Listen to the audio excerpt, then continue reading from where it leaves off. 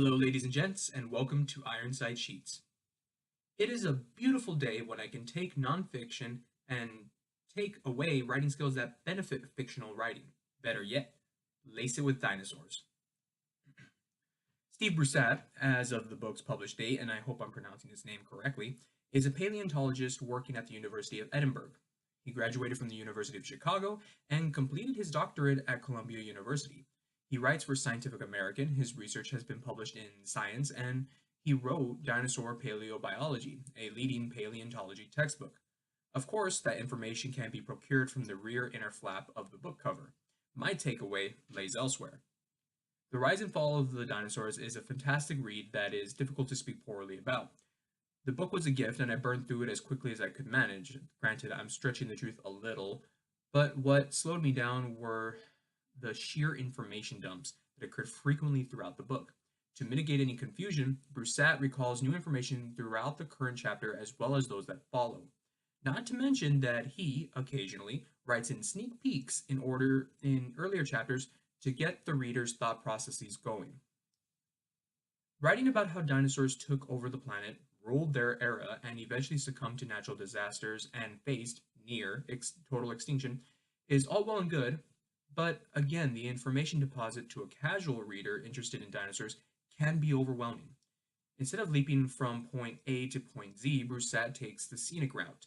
Short stories depicting possible historical scenes and using anecdotes from his research ventures give the reader a bit of reprieve and allow him or her to explore the world of paleontology a little more thoroughly. One of the most important explorations of paleontology, Brusatte points out, is how fossils can be accurately dated, putting an age to not only the fossils, but the rocks they are embedded in. As Brusatte explains it on page 35, radiometric dating compares the percentages of two elements such as potassium and argon. When lava cools from liquid to solid, minerals form. In this case, potassium and argon. Potassium 40 is unstable. Unable to maintain itself, it eventually decays into argon 40. Proton numbers determine which element is which. One proton is hydrogen, two protons is helium, etc. So when potassium 40 decays into argon 40, a proton is lost. The time it takes potassium 40 to turn into argon 40 is measurable. Thus, a simple measurement of the amount of argon 40 gives paleontologists, as well as geologists, an accurate age for our fossilized friends and their deathbeds. Again, that's all well and good, but where does the takeaway for fictional writing come into play? Simple. Create a basis for your characters and the world they live in. Better put, this would be akin to giving superheroes or athletes numbers to depict how powerful or skilled they are, respectively.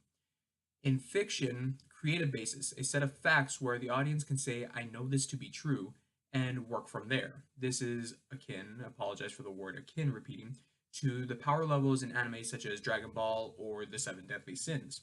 A higher number does not guarantee victory, but it lends a concise hand in helping to determine which character holds an advantage over another, or a possible foe.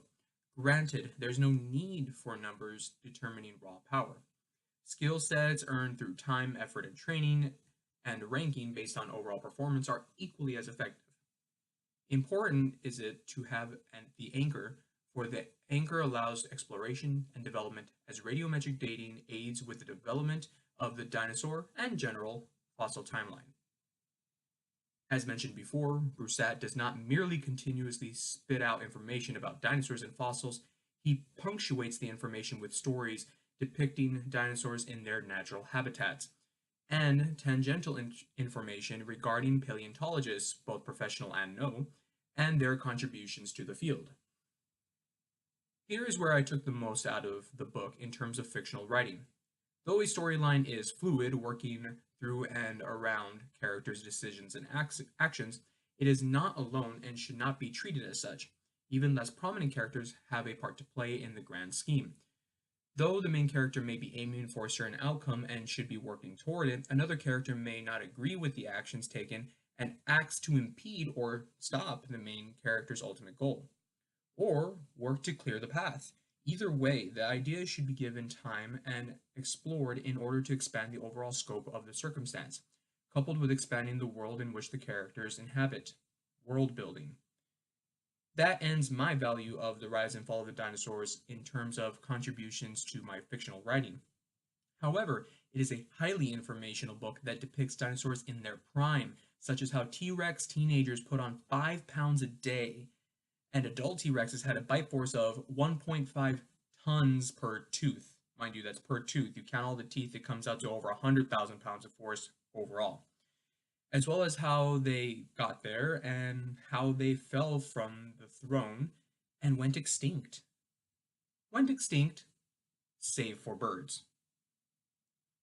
Thanks for watching.